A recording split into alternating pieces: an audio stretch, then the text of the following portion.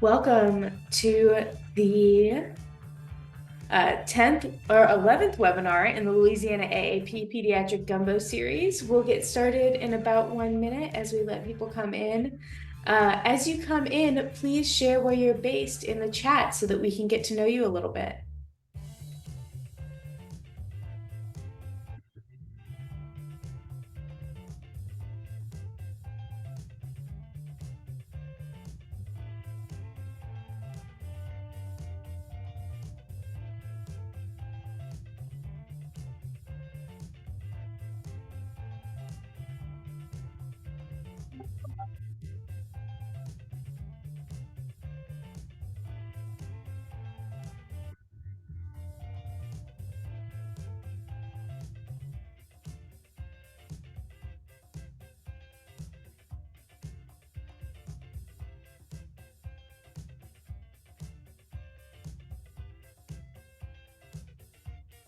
Okay, we're going to go ahead and get started.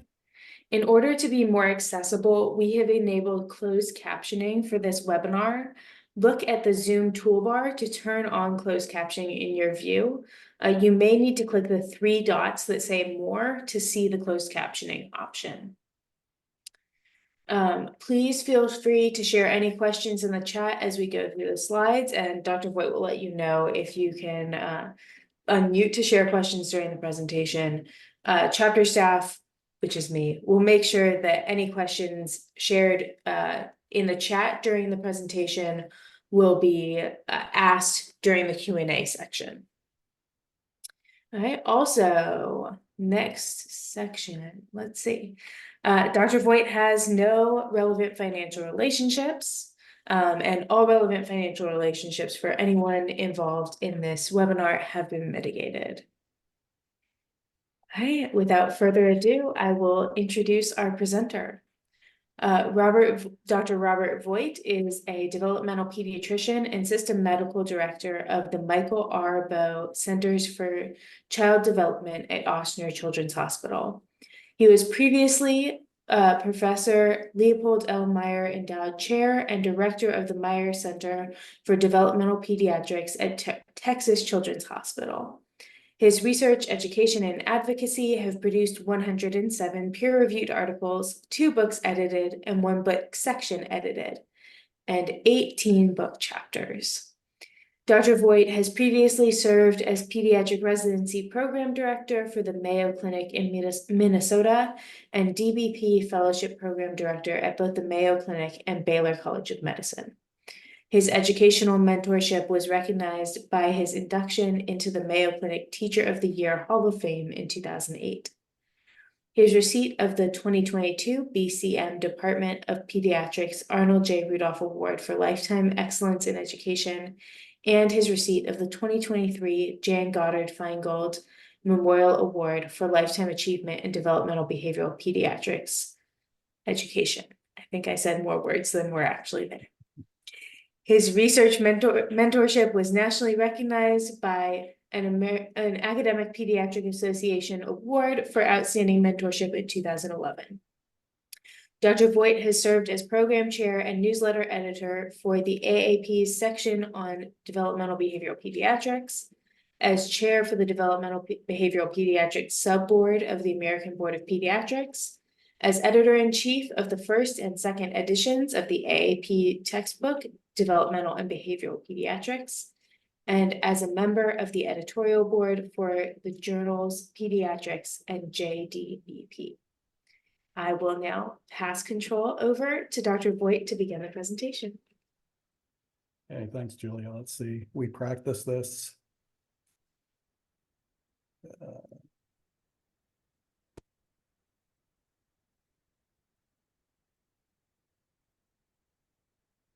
Do I have to reverse it again? Yes. Okay, how's that? Perfect. All right. Yeah, I'm not good at multitasking during these webinars, so I don't even know where to find the chat. So if you want to unmute and ask me a question at any time, that'll be fine. Anybody who's already at Ochsner may have heard a lot of this talk already. I recently gave a series of 5 grand rounds of developmental pediatrics boot camp, and this is the first installment of that.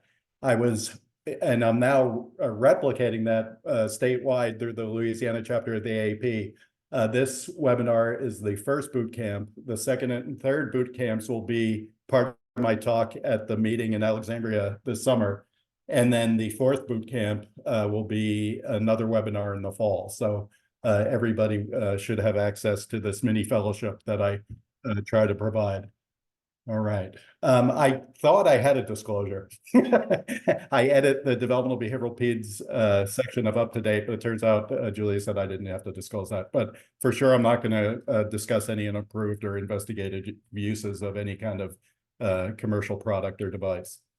So you guys have the 3 objectives, but I actually remembered I had 4 objectives for this talk. So by the end of the talk today, you should be able to compare developmental screening, which is really sort of the thing has been pushed over the last 10 years, to a medical developmental evaluation, which I'm trying to push.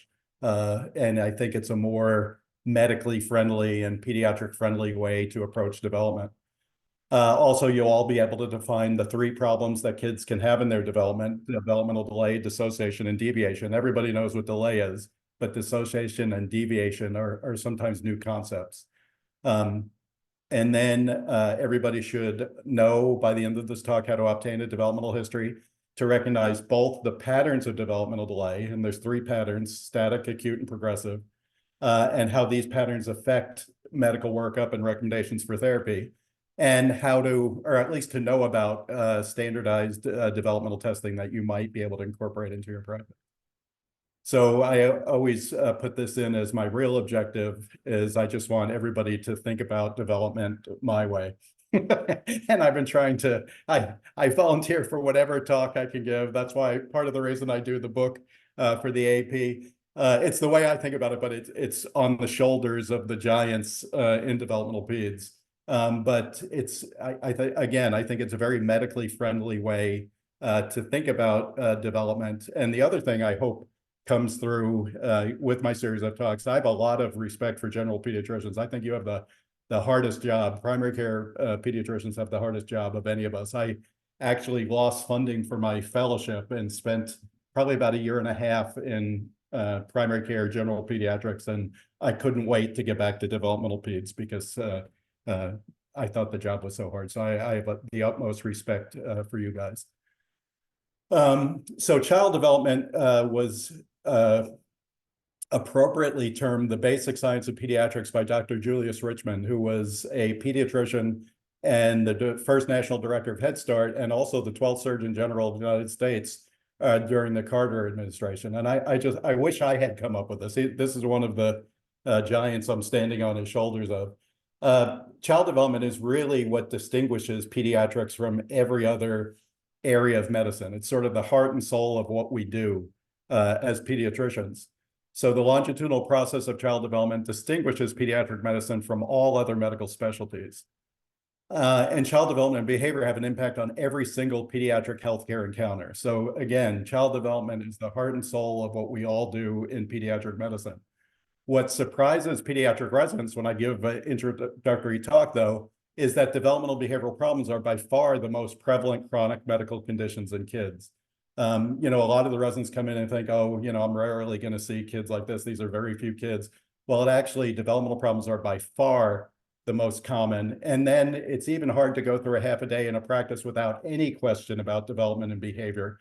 But, primary care providers nowadays may never step in the hospital again, because of the advent of hospitalism as a subspecialty.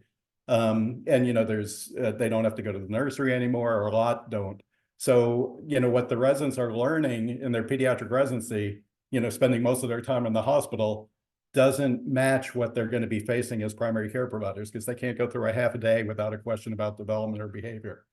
So these are stats. I just realized this morning that I don't have the reference for this. This is the chart that is in chapter 1 of the 3rd edition of the AAP textbook that should be coming out sometime this year, that has all the references. But this is just to show you sort of an up-to-date list of the prevalence of developmental problems, which are all highlighted in yellow, versus other chronic medical conditions. And as you see this, you know, in the top 10, it's mostly developmental problems. I highlighted in blue what I consider more the psychiatric problems. And I know that everybody talks about the shortage of child psychiatrists, but in the United States right now, there's actually 12 times as many child psychiatrists as developmental pediatricians. So I really think of anxiety and depression as not something you'd think about referring to a developmental pediatrician. To me, that's really psychiatry, especially since there's 12 times as many child psychiatrists and so many more developmental problems than psychiatric problems. But this slide also always gives me the opportunity to pick on my pediatric cardiology colleagues. And I do it because the numbers, the math is so easy. So congenital heart disease affects 1% of kids. And right now there's 3,096 board certified pediatric cardiologists, you have certified by the American Board of Pediatrics, to care for 1% of kids. So if we need 3,096 pediatric cardiologists to take care of 1% of kids, we need at least 77,400 developmental pediatricians to take care of all these kids with developmental problems.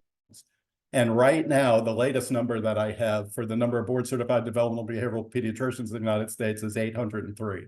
So we're about 10 times too short. And you guys know that based on the wait list at every developmental program across the country. So this is where I kind of start talking about the different mindset between how I recommend primary care providers assess development and the recommendations of the AAP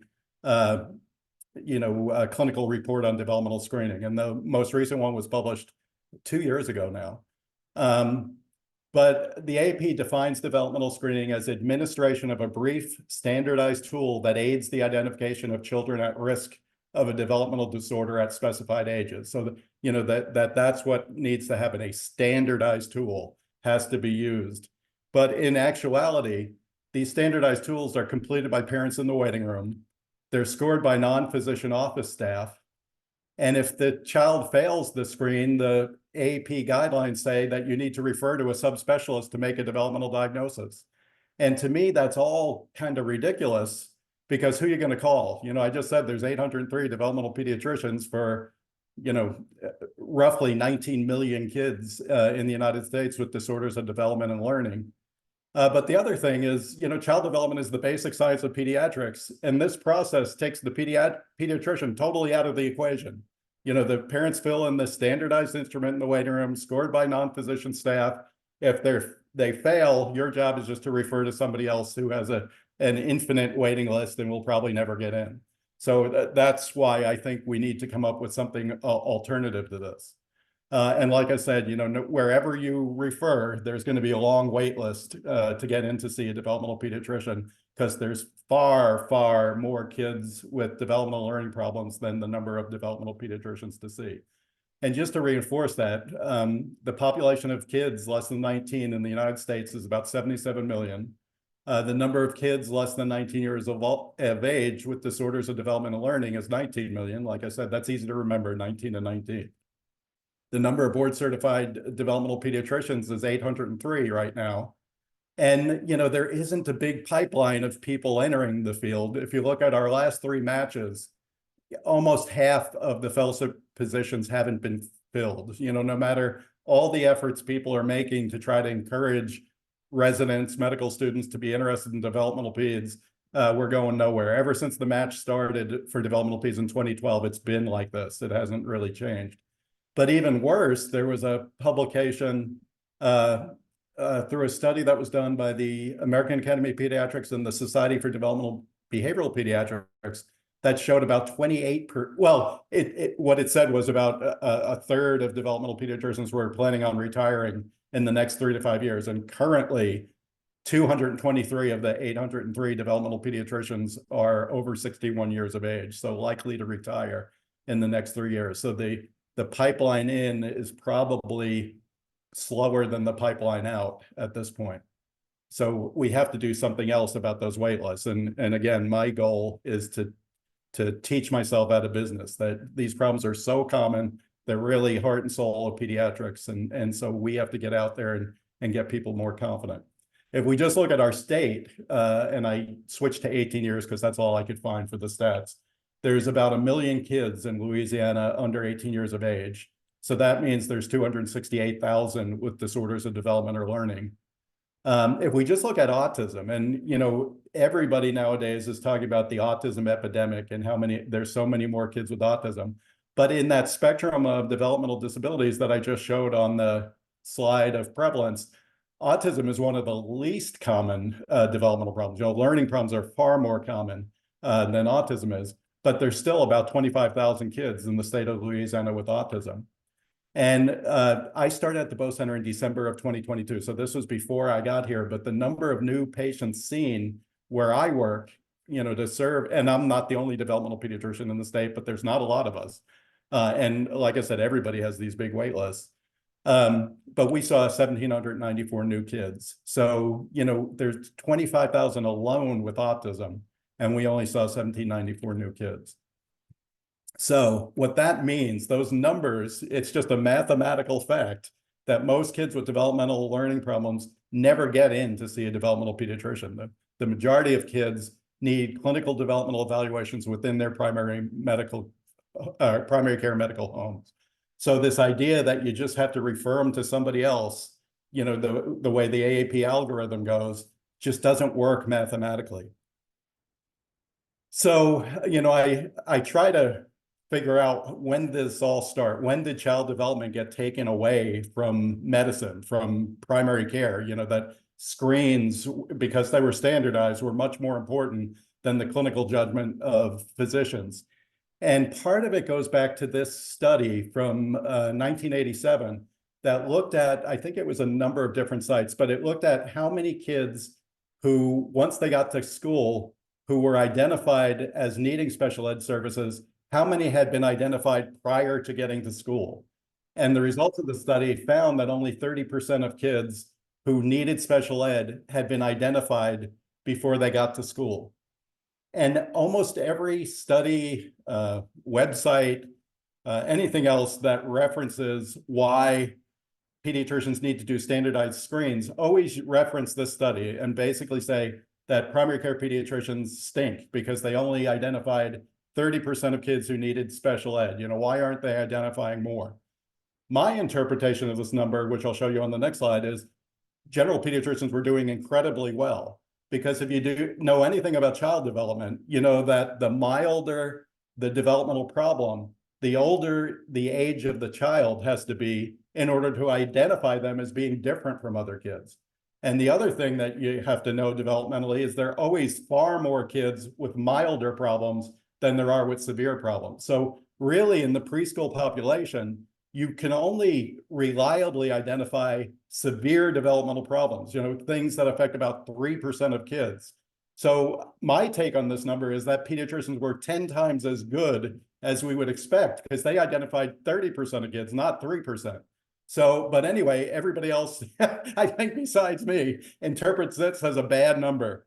And because of that, the fallout from, and this study didn't say anything bad, but the fallout from the study is that primary pediatric healthcare providers are to blame for not identified children with developmental behavioral disorders. They see all these kids from birth and they're missing, 70% of kids who need special ed. And it's led to this mandated use of parent completed developmental screening questionnaires, which I don't advocate to get rid of. Don't take that from the talk today. I think there's a place for them, but I don't think they're the be all end all. And that's sort of my point. But this shift has also led to the erosion of confidence in primary pediatric healthcare's professionals' clinical skills, both confidence from families and confidence in the pediatricians themselves. And like I said, to me, pediatricians were 10 times as good as they should have been. This should boost the confidence, but it sort of went the wrong way. So this is, so that's the myth that pediatricians are missing kids right and left. This is the reality. If they identify 30% of kids, they're doing fantastically well. In the preschool age group, we're only able to identify these more severe problems. Even something, that we would think is severe as mild intellectual disability, you cannot really reliably identify that till 3 years.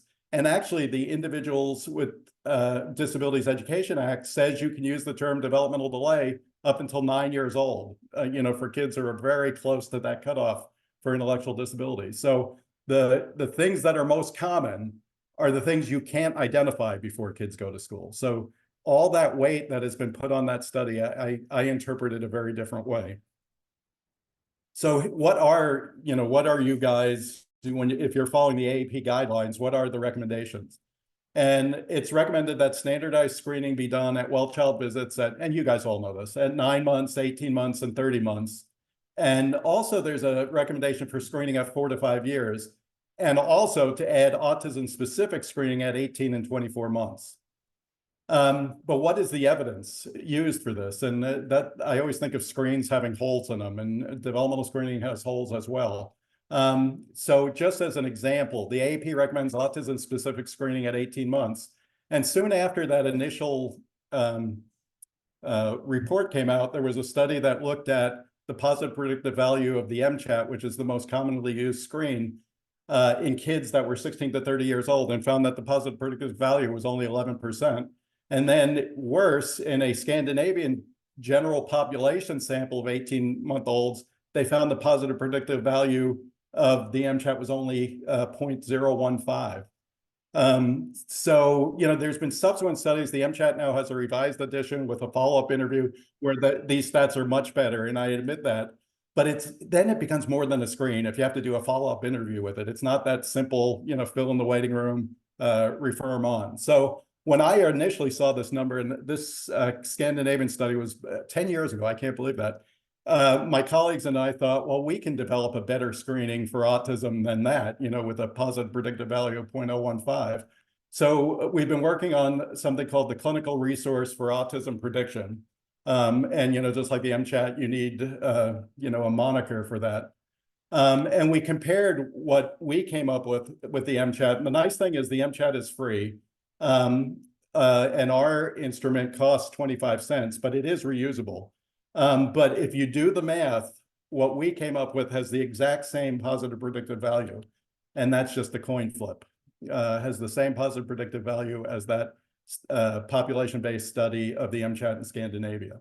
So again, there's not a lot of evidence to developmental screening, and that's why I don't think it should be the be-all, end-all that has sort of been propagated over really the past almost 20 years now. The United States Preventative Services Task Force has actually concluded that the current evidence is insufficient to assess the balance and benefits and harms of screening for speech and language delay or autism in young children. Those were two policy statements. Again, I wouldn't get rid of it, and we'll talk about that in a second, but we need to do more than just screening. And this is one of my favorite quotes. It's by another giant of developmental peds that I feel like I stand on his shoulders, Pat Accardo. But he wrote this more about behavioral screening than developmental screening, but it kind of applies. But from a medical standpoint, from a neurodevelopmental standpoint, screening is better than doing nothing. But that's probably the only thing it's better than. Screens have all the limitations inherent in instruments that rely on untrained, biased observers to make difficult judgments on complex behaviors. That's like the best sentence that I've ever seen written. Development screening is not like screening for a lead level or a hemoglobin screen for anemia. Development is a very complex process, and we're relying on parents who might be biased either way. They think their kid is doing terribly and they really aren't, or they think their kid is doing great and they really are not. And it's the behaviors to screen are just so complex that there'll never be a great developmental screening instrument, and that's why we have to do more. Again, don't get rid of the screen, but we have to do more. And I feel like a lot of us in the field of developmental peds really haven't addressed this issue. Either the issue, we're addressing our existence due to the workforce shortages, but we're really not changing a whole lot of our mindset about how we need to train pediatric residents or even, our CME approaches. And it's almost like we're just waiting to see if we don't change it all, something magical might just happen. So if screening checklists aren't enough, then what should pediatric medical professionals do? And what I say is the alternative of screening is to take advantage of our pediatric medical training. In all of medicine, every diagnosis for any chief complaint is made via a detailed history that's confirmed by a detailed examination. And so development should be evaluated, not simply screened. Development isn't different than any other chief complaint. You take a history, you do an exam to confirm that history, and as long as the history and the exam match up, you can feel pretty good about your developmental conclusions. And it really, I'm going to go through some cases, and it really shouldn't take an inordinate amount of time. Again, I know you have 15 minutes for a well-child visit, and you have to do 100 different things. But especially for kids who fail the screening, this is good use of, you'll see, I'll get through it in, probably 5 minutes to get a history, do the exam. So what is the evidence for clinical judgment? So that's what I push, clinical judgment over screening, or clinical judgment to accompany screening is what I push for. Every professional organization says the gold standard for making any developmental diagnosis is the clinical judgment of an experienced clinician.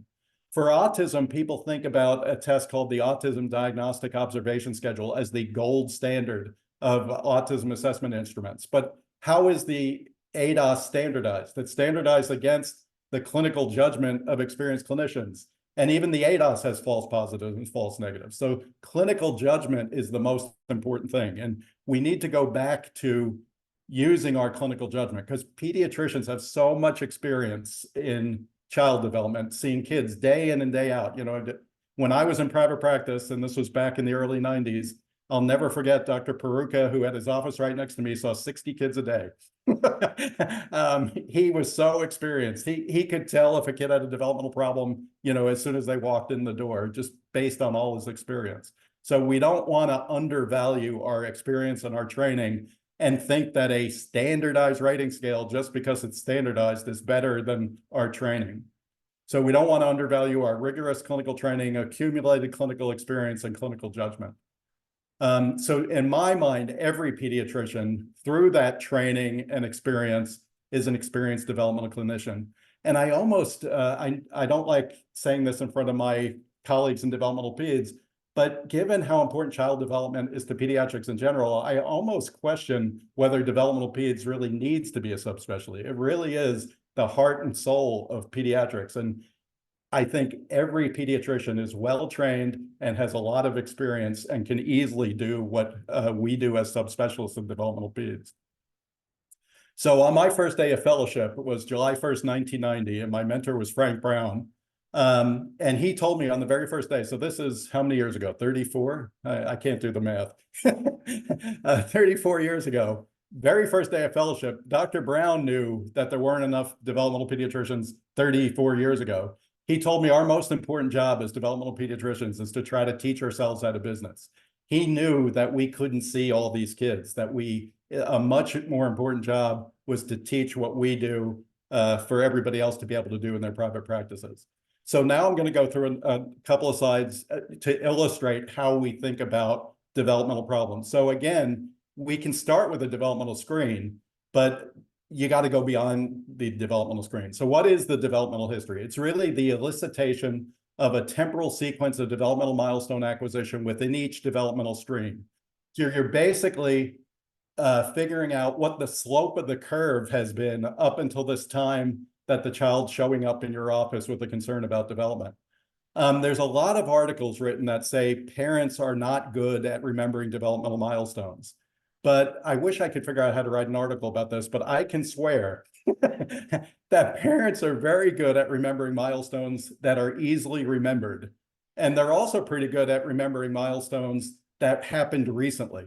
So if you focus your history on easily remembered milestones and milestones that just happened recently, you really can get a very good developmental history, a very good slope of what development has been like coming into the office that day. So, for example, almost every parent remembers when their kid walked, but I bet hardly any parent remembers when their kid first alternated feet going up and down stairs, unless it just happened recently. So you want to focus the history on memorable and temporally current, things that happened just recently. And getting this developmental history gives you so much more information than my kid failed a screen. It establishes the pattern of developmental delay, which could be static, acute, or progressive.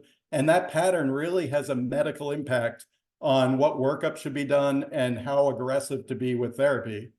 And it also identifies the 3 markers of atypical development: delay, dissociation, and deviation. So what are the patterns of developmental delay? So this is a graph that has developmental age on the y-axis and chronologic age on the x-axis. So a child who's developing typically will have a developmental quotient of 100%. It's, basically a 4-year-old who's doing things developmentally at a 4-year-old level. So it's 4 divided by 4, which is 1 times 100 to get a percentage, 100% DQ. So this age, in this example, we have a 4-year-old child who's showing up in the office. And I couldn't get it that I just got the red dot. I couldn't figure out to do that. But let's pretend that they're showing up to your office and there's some developmental screen is done and it says their developmental age is at a 2-year-old level. So that's pretty delayed. That's a developmental quotient of 50%. And we would worry about a significant delay with a developmental quotient of 75% or below. But, that one-time screen, and most screens don't even give you that much detail. It's pass or fail. But let's even say it gave you detail that this 4-year-old's developing at a 2-year-old level. It doesn't tell you how the kid got to that point in time. And the most common pattern to get to that point in time is that you go back and ask a developmental history, and every milestone has been coming along at about a 50% expected rate. So for example, you find out that this child walked at 2 years of age. So was doing the 1-year-old thing at 2 years of age. So you get a history that everything's been coming along at about 50% the expected rate. And that's what we refer to as a static pattern of developmental delay. And that would be the most common pattern that we get. And kids with static patterns, typically our workup would just include things that more commonly cause static encephalopathy. So you have to remember, every kid with a developmental problem has the descriptive developmental diagnosis, developmental delay, intellectual disability, autism, but also has an etiologic diagnosis, what's causing that descriptive developmental diagnosis. So kids with static encephalopathies, you'll do a chromosome microarray analysis, DNA for Fragile X, and that's, all you have to worry about unless there's some other metabolic sign, and that would be most of the time. But you also might get to this point in time, and when you go through the developmental history, the developmental acquisition of milestones has been going along in an age-appropriate way, and then suddenly fell down and is now getting better. And that's an acute pattern of developmental delay. And that's usually very easily identified. You don't have to do any workup for those kids, because these are kids who have head injuries, meningitis, some acute problem. But the important thing, if you're just doing a screen, you don't know if it's a static encephalopathy or an acute. Kids with acute encephalopathies, the more intensively you do rehabilitation, OT, PT, speech and language, the better the chance they're going to get back up where they were before the encephalopathy. So again, you don't have to do a lot of workup for those kids, but you really want to maximize the interventions. And then finally, the last pattern is a progressive pattern of developmental delay, where again, you get a history that things are coming along in an age expected way, but then there's kind of a plateauing and then a loss of skills. And this is critically important. Again, if you just do the screen, you don't know if it's a static pattern or a progressive pattern. And progressive patterns would be the classic pattern of inborn errors of metabolism. So kids with progressive encephalopathies, you want to do every metabolic test that you can think of, maybe even muscle biopsies, skin biopsies, carnitine levels and serum amino acids, urinogenic acids. The reason for that is some of these are treatable. And if you catch it at this stage, the progress will be along this curve, but if you don't catch it till here, you'll have much slower progress. So it's very important to really get a developmental history to determine which pattern of developmental delay, and a screen's not going to tell you that. A good example of progressive encephalopathy, if you've ever seen the movie Lorenzo's Oil, it's a child with X-linked adrenal leukodystrophy who, for whatever reason, kids with X-linked adrenal leukodystrophy can't metabolize very long-chain fatty acids.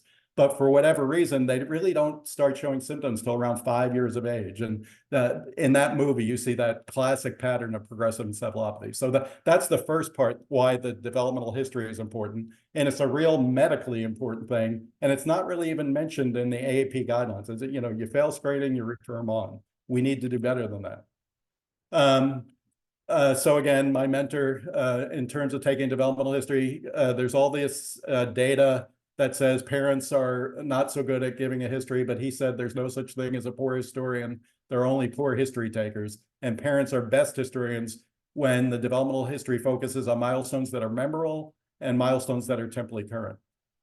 So the developmental history is going to tell you the pattern of developmental delay, but it's also going to tell you or identify for you the 3 problems with development. And the first is developmental delay, and everybody knows what that is. It means it's a lag in one or more streams of development.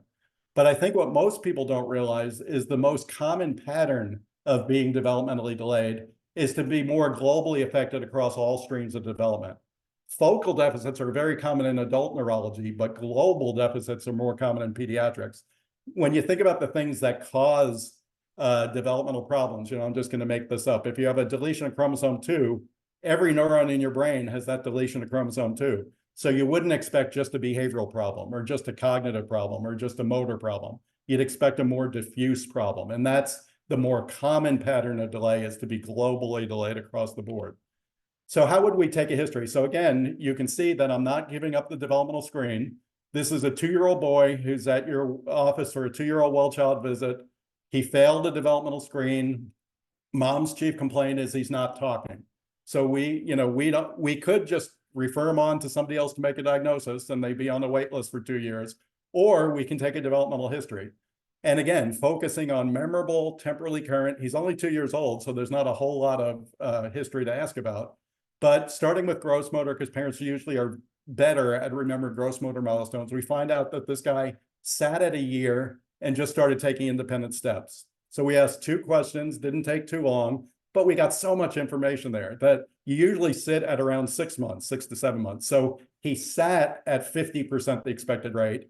You usually take independent steps at 12 months. He just turned 2. That's 50% the expected rate. So in just these 2 questions, we know that he's been developing gross motor skills at 50% the expected rate. That's significantly delayed. Mom's main concern is he's not talking. Are we concerned about that? No, because we know that most kids with developmental delay are fairly equally delayed across all developmental domains. So that actually is supportive of this kid is probably going to be delayed in his talking too. Then when we look at the sort of the nonverbal, visual, perceptual, fine motor, adaptive skills, started reaching for objects at a year. Well, you usually do that at around 6 months. Just started uncovering hidden toys. That's a 10-month thing. He's doing at 2 years. Just started releasing toys. That's a 12-month thing that he is doing at 2 years. So again, our developmental history says 50% the expected rate, static pattern of delay across nonverbal and motor development. Then speech and language started babbling at a year. We think of that as a 6-month, around 6 months. Started using a specific mama and dada, which is around 10 to 12 months, and pointing to indicate a need. That's about 12 months. So again, we're getting in speech and language, he's acquiring developmental skills at 50% the expected rate in a static pattern. So just these couple of questions tell us that this guy who failed the developmental screen has a static pattern of globally delayed developmental milestones. And so our medical workup is going to be the things that are associated with static patterns, unless there's some other metabolic finding, but you'll learn more about that when you come to Alexandria. All right, so if most kids are fairly evenly delayed across all areas of development, when there is scatter in the development, that's unusual. And that's what developmental dissociation would be. It's a difference between the developmental rates of 2 streams of development with one stream significantly more delayed. So again, dissociation is atypical compared to more global developmental delay. And you can have dissociation without delay. A classic example of that would be a learning disability. A kid could have an IQ of 125 and be reading at 90. And that's a significant discrepancy between their ability to read and expectations based on their intelligence. And that's sort of an older definition of learning disability. It's much more common to be globally delayed and to have problems with reading, math, writing, than it is to have a specific disability in reading. So dissociation is more atypical compared to delay. So here's our second child, another 2-year-old boy. He failed the screen. Again, we didn't throw it out. And mom's also concerned he's not talking. So gross motor, we start there because parents usually are pretty good. He walked at a year, that's right on target, ran at 18 months, just started the jump, all right on target. So this kid, you immediately know it's probably not a global developmental delay because gross motor is right on target. And then non-verbally, he intentionally released objects before a year, usually do that at a year, scribbled soon after a year, usually do that around 18 months. and can now imitate horizontal and vertical strokes, but not in the appropriate orientation. So that's about a 24-month skill. So that's right on target too. So you think this time we do have kind of a focal deficit in language. And he started babbling at a year, usually do that at 6 months, just started saying mama, dad, that's 10 to 12 months, doesn't say any other words, and just started following gesture commands, which is another 12-month milestone. So this time our speech and language is delayed. It's coming along at 50% the expected rate in a static pattern. But what makes it different from the first guy who had global developmental delays, this is a dissociated delay in language. And from a developmental diagnostic perspective, this would represent a language disorder. This is a child who's delayed in language, but more importantly, language is dissociated from the rest of the development, which is age appropriate. But when you look at this language history, you see that even though he's delayed, he's acquiring skills in the right sequential order. You know, he babbled before he said mama, dad, before he said any other words. Things are coming along in the typical sequential order. So that brings us to developmental deviation. Developmental deviation is when milestones are occurring not in the typical sequential order. So it's a deviation from the sequence of typical milestone acquisition within a stream of development. So dissociation is kind of scatter across developmental domains, and deviation is scatter within developmental domains. And it basically is acquiring higher level developmental milestones before accomplishing lower level developmental milestones. And we typically see deviation would be the most atypical developmental problem. And we typically see it in the more severe end of the spectrum of developmental disabilities, which again, you have to come to Alexandria to hear about that. But from a motor standpoint, kids with cerebral palsy tend to show delayed motor development, motor skills that are dissociated from the rest of their development, and deviated acquisition of motor skills. They seemingly do harder things before easier things. We also typically see this in kids with autism. And you know, you think about that all the time. A kid will have a 50-word vocabulary, but they're not calling mom, mom, or dad, dad. So that's more developmental deviation that makes that difference. So the more dissociated and deviated your development, the more atypically you're developing. And usually the more atypically you're developing, the more atypical your behavior is going to be. So let's have this third case. It's a 2-year-old boy. Again, he fails a developmental screen, so we're not throwing that out. Mom says he's not talking. You know, do you need the screen? She's concerned he's not talking. Gross motor, he walked at a year, ran at 18 months, just started the jump. So all of that is right on target. So we're not worried. We're thinking, oh, this is going to be a dissociation of some kind. Non-verbally, he scribbled soon after a year, so that's fine, a little early. Stacks and lines up blocks. Lining up blocks is a 24-month thing. He imitates stroke, but not in the appropriate orientation, so that's a 24-month thing. He can complete shape sorters, so like a circle, square, triangle shape sorter, that's a 24-month thing. And he also recognized all the letters of the alphabet at 18 months. So you look at that and you think, well, you know, that's really good for a 2-year-old to be able to recognize all the letters of the alphabet at 18 months. And I've seen those infomercials that are on at 4 in the morning where they hold up flashcards and, you know, the 9-month-old is reading chrysanthemum. So I know that if we hammer kids earlier, they can recognize all the letters of the alphabet. But typically, you know what, I do a test when I see kids called the Wide Range Achievement Test, 5th edition. And the average age to be able to recognize all the letters of the alphabet on that standardized test is 5.5 years. So this may be nothing, but when we hear this, we think, wow, and this is good. He's recognizing all letters at 18 months, but it's deviated. It's developmentally deviated. Most kids don't recognize all the letters until they're able to draw a circle, square, and triangle. And this guy is not even imitating strokes in the appropriate orientation. So that's a very developmentally deviated thing. Gets the hairs raised on the back of our neck. It may not be anything, but let's see what happens with the language development. Well, he started babbling at 1 year, just like the other 2 kids. And he currently has a 5-word vocabulary, but all those 5 words are names of colors. You know, he knows red, orange, yellow, green, and blue. But he doesn't use mama and dada specifically. And again, you think usually mama and dada are among the first words. Kids usually don't recognize colors till they're 3. So this is really out of order. It's very developmentally deviated. He can use multi-word phrases, but he doesn't use them to communicate. He's just repeating from videos. And, you know, we don't use multi-word phrases till 3, but use them at 3 to communicate. He doesn't use any gestured language. So he's not waving bye-bye, he's not pointing. And you do that at 9 months old. So he's not doing the 9-month thing, but he's saying 5 words. and he's recognizing colors, you know, that are way up to like a 3-year-old level. And he just started following gestured commands, which is a 12-month thing, but not ungestured commands, which is a 16-month thing.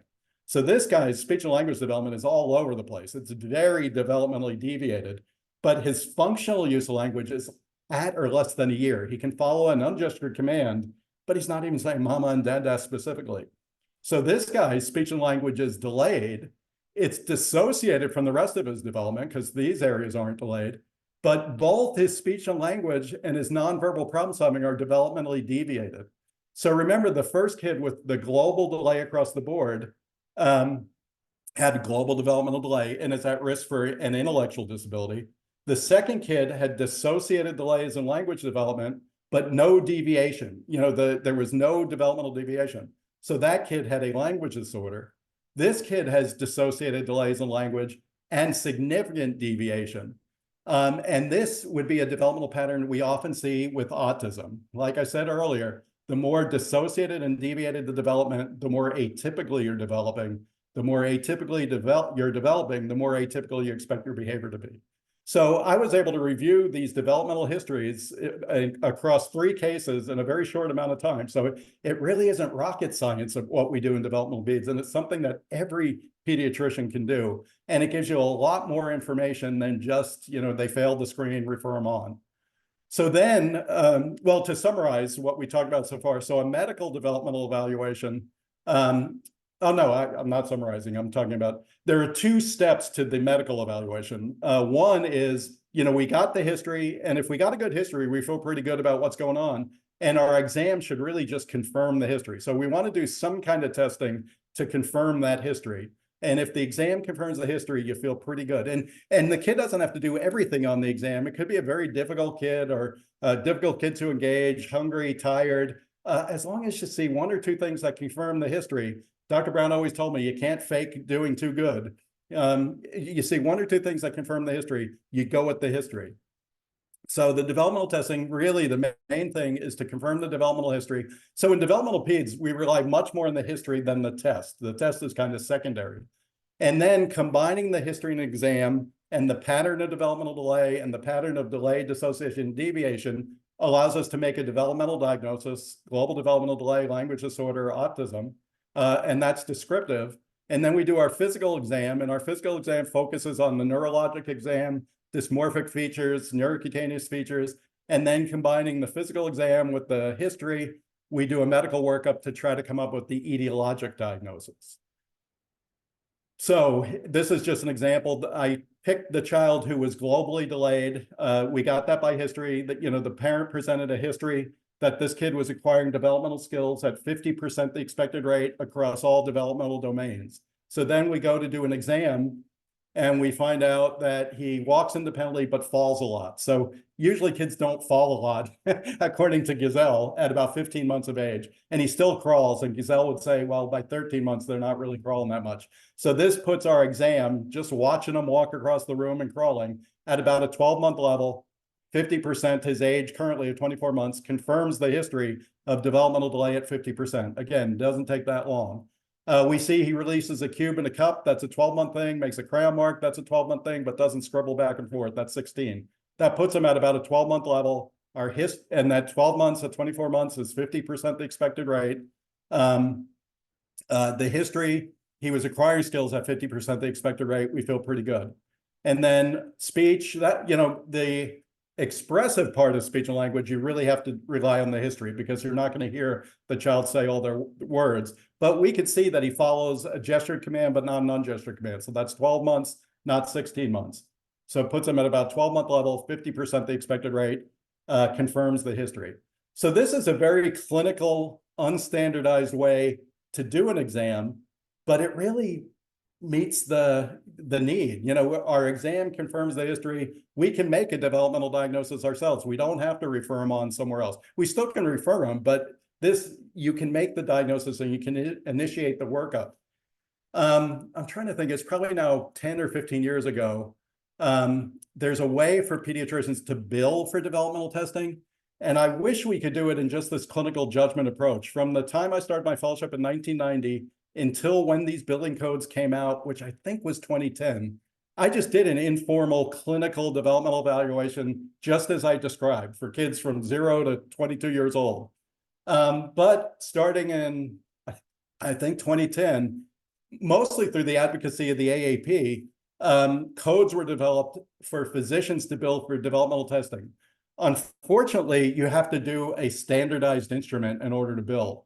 And, then there becomes a lot of, kind of turf battles. What should the pediatrician do versus the psychologist versus the speech and language therapist or OT? So I try to sort of focus on tests either that were made for pediatricians or are tests that those other professionals probably won't do, because you don't want to do a practice effect and mess up their testing. So you can bill for 96,112 for the first hour. So what that means, if you spend 31 minutes, and I know that's hard, you get 15 minutes for a well child visit, but maybe just for the kids that fail screening, you can schedule a second visit to do this, but it's got to be 31 minutes, but that counts the time to administer the test, score the test, review the results with the parents, and to write a report. You also have to write a report for the developmental testing if you're going to bill.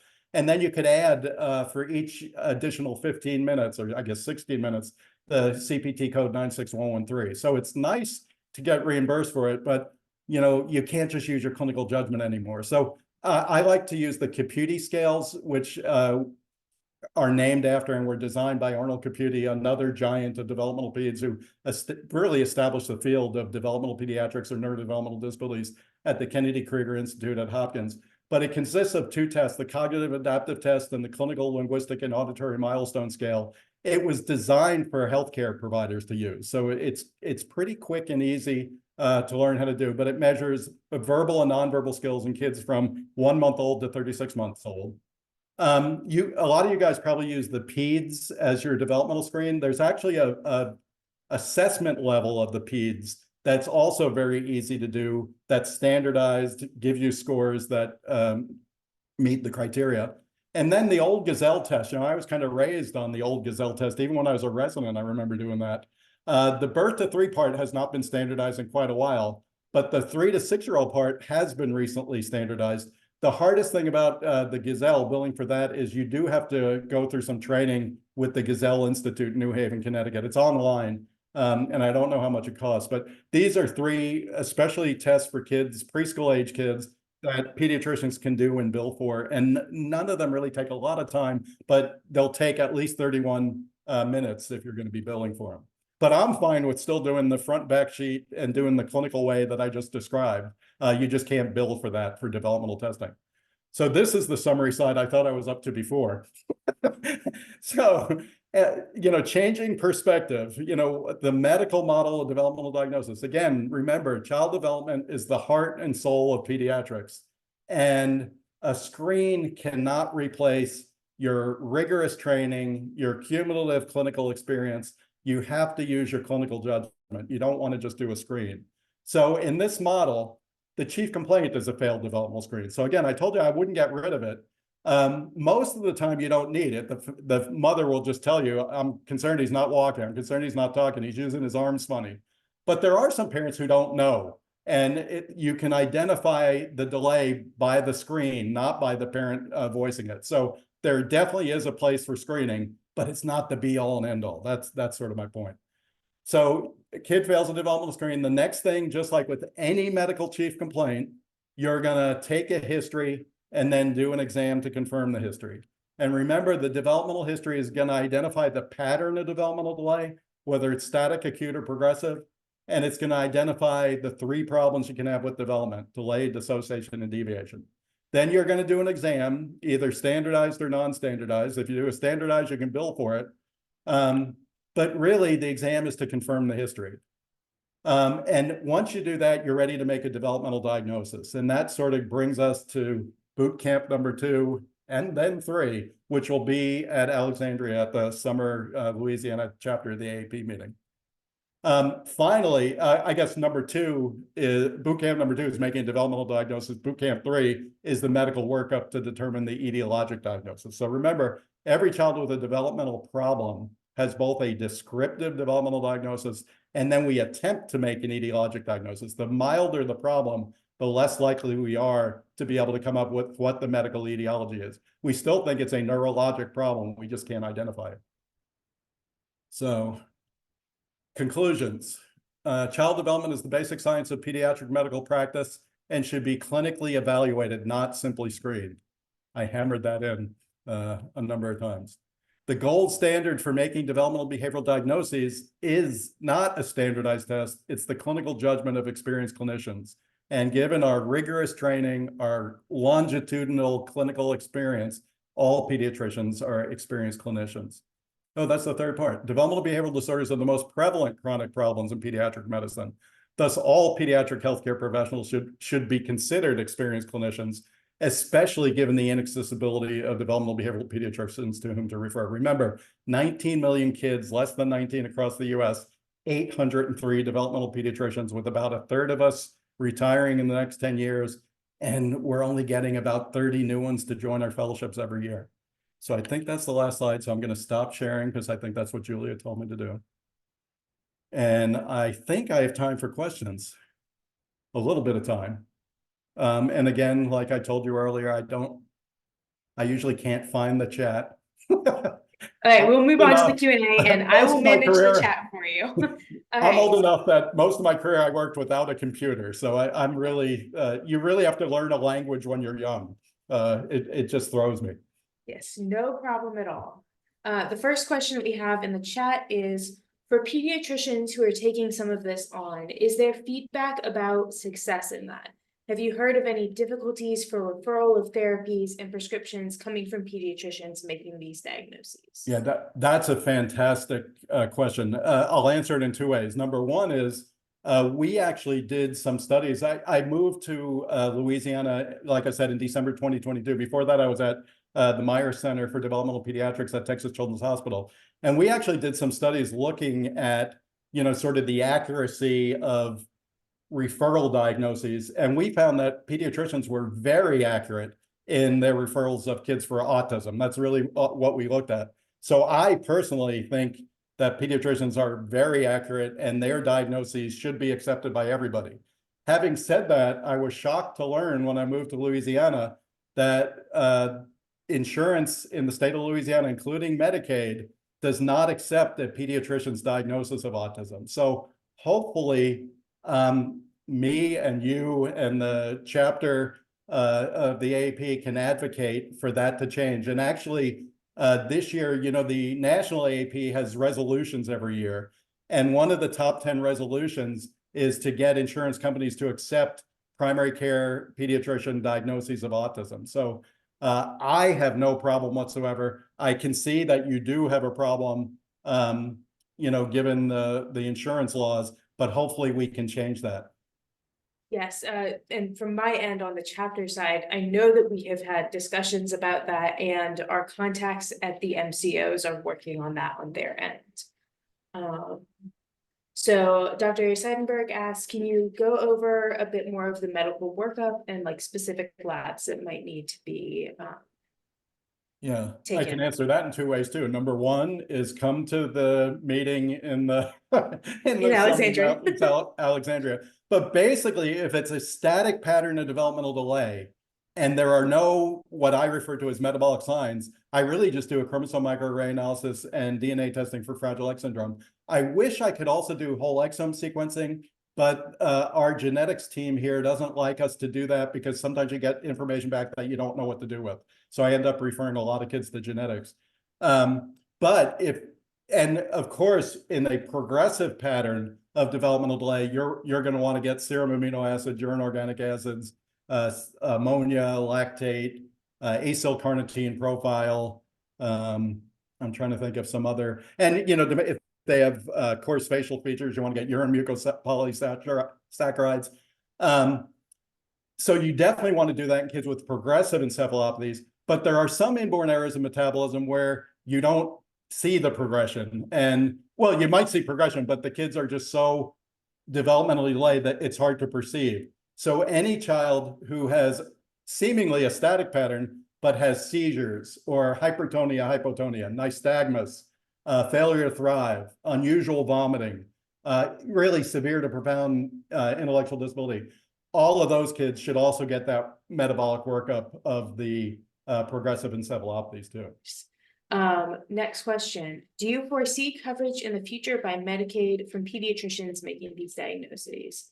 I I hope. hesitate to make diagnoses and send therapy referrals without an official assessment by Yes, you all. I hope so, because I have, like I said, dating back to that study in 1987, where it showed that pediatricians were 10 times better than could be expected in identifying kids with developmental problems.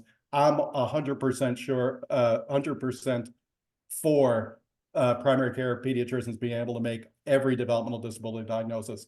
To tack on that, with the workforce issue in developmental peds, a lot of my colleagues think, oh, that's a great thing. There's so few of us, we're in such high demand, we're never going to go away. But in this era of value-based healthcare, accessibility is a very important thing, and we're virtually inaccessible. So I'm worried that we're actually going to go away because insurance companies are going to say, if you can't get in to see these people, what's the value? And so that's even more of a push to allow all pediatricians to make developmental diagnoses. Child development is the heart and soul of pediatrics. So until I retire, and that's what I'm going to be pushing for, because the math is not going to work. We're not going to recruit, 70,000 fellows to increase the ranks of developmental pediatrics. It's not going to work. Okay, next question. How can we learn about advocacy in order to support it? I'm confident in our pediatricians, but wonder if they're skeptical for billing, support, and time commitments. I guess that's probably a question towards the chapter end. The best thing you can do to know about what advocacy is going on in the chapter is to be a chapter member, join the Louisiana AAP chapter if you're not already a member, and read our newsletters. They go out with all of the advocacy things that we're working on.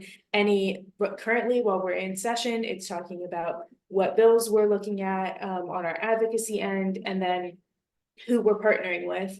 And also getting involved in chapter committees is a great way to know about advocacy and to make sure that your voice is heard.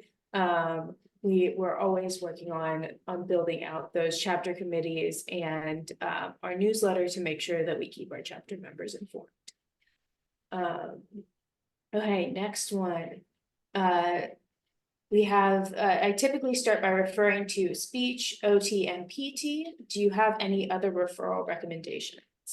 Yeah, that's great, referring for those therapies. But also, even if you're going to do those privately, if the kid's younger than 3, I would still refer to Early Steps, which is, sort of more the community-based early intervention program that'll, provide the same therapies in the house or at the daycare.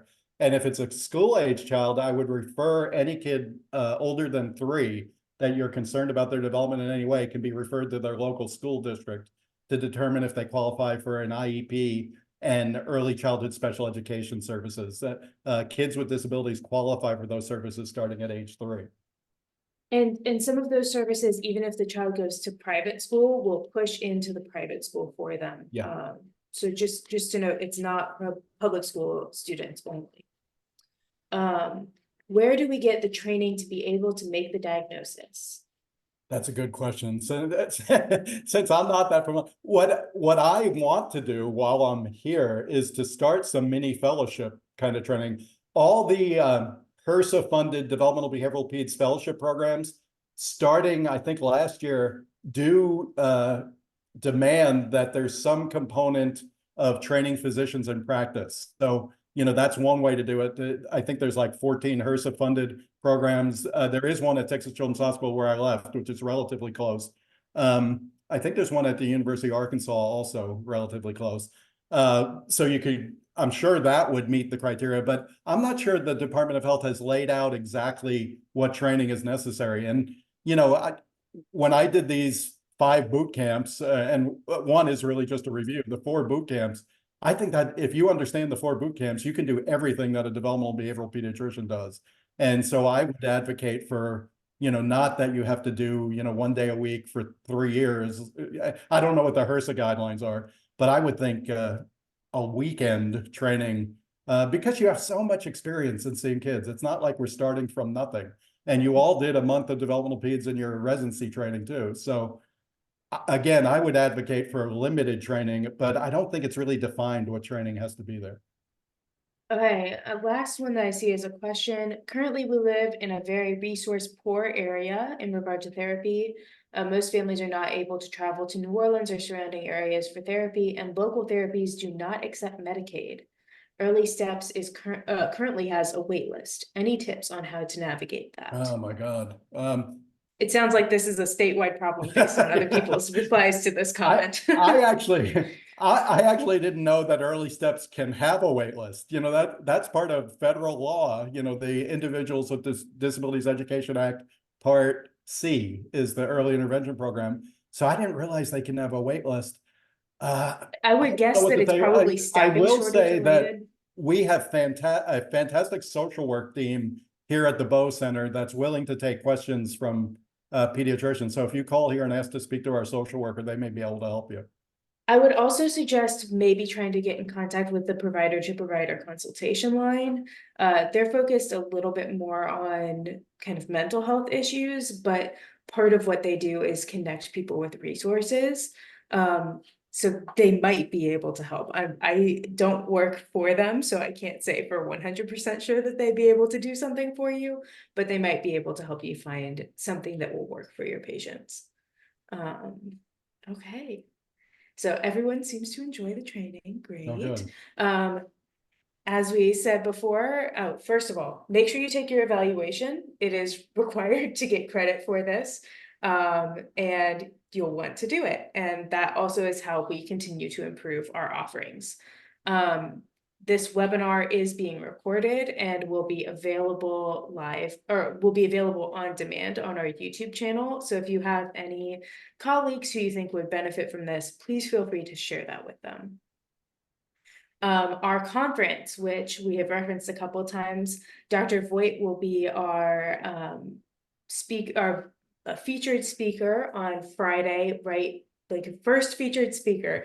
Dr. Voigt, congratulations, you get to go first. I like being laid off. That's what I batted in baseball my high school days. So so we're very excited to have Dr. Voigt joining us again as a speaker for our conference. And then the last part of this series, as Dr. Voigt has said, it's 4 parts, will be in the fall in our webinar series again. So be sure to keep up with that.